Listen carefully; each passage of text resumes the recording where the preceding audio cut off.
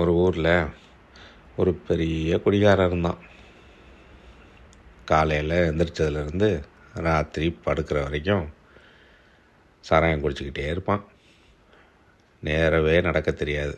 தள்ளாடி தள்ளாடி நடந்து எதுக்கு வரவங்க போகிறவங்க எல்லோரும் கூடயும் சண்டை போட்டுக்கிட்டு இருப்பான்.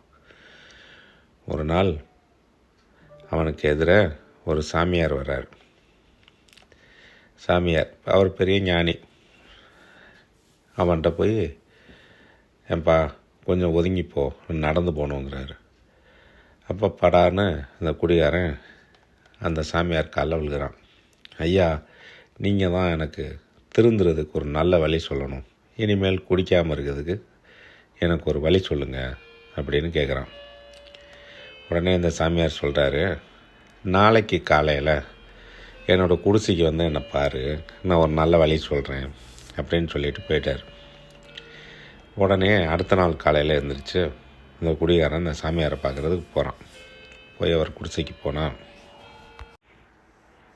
அந்த சாமியார் அந்த குடிசையில் இருக்கிற ஒரு தூணை பிடிச்சிக்கிட்டு இறுக்கி கட்டி பிடிச்சிக்கிட்டார். அந்த தூணை பிடிச்சிக்கிட்டு, ஐயோ என்னை விட்டுரு, ஐயோ என்னை விட்டுரு அப்படின்னு கத்திக்கிட்டு இருக்கார்.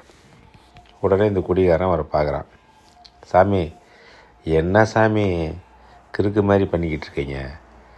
அந்த தூணு எங்கே உங்களை பிடிச்சிக்கிட்டு இருக்கு? நீங்கள் தானே அந்த தூணை பிடிச்சிக்கிட்டு இருக்கீங்க அப்படின்னு சொல்கிறான். உடனே சாமியார் அந்த தூணை விட்டுட்டு, தம்பி நேற்று நீ கேட்டியாடா நான் வந்து குடிக்காமல் இருக்கிறதுக்கு என்ன வழின்னு, அதுக்கு பதில் இதுதான்டா. அது எங்கடா ஒன்றை பிடிச்சிக்கிட்டு இருக்கு? நீ தானடா அதை பிடிச்சிக்கிட்டு இருக்க. நீ குடியை விடணும் அப்படின்னா நீ தாண்டா விடணுன்னார். அப்போ தான் அவனுக்கு புத்தி வந்தது. ஓ சாமியை கண்ணை திறந்துட்டீங்க, அப்போ நான் இனிமேல் குடிக்காமல் இருந்துக்கிறேன் அப்படின்னு சாமியார்ட்ட ஆசீர்வாதம் வாங்கிட்டு போயிட்டான். நல்லா யோசிச்சு பாருங்கள்.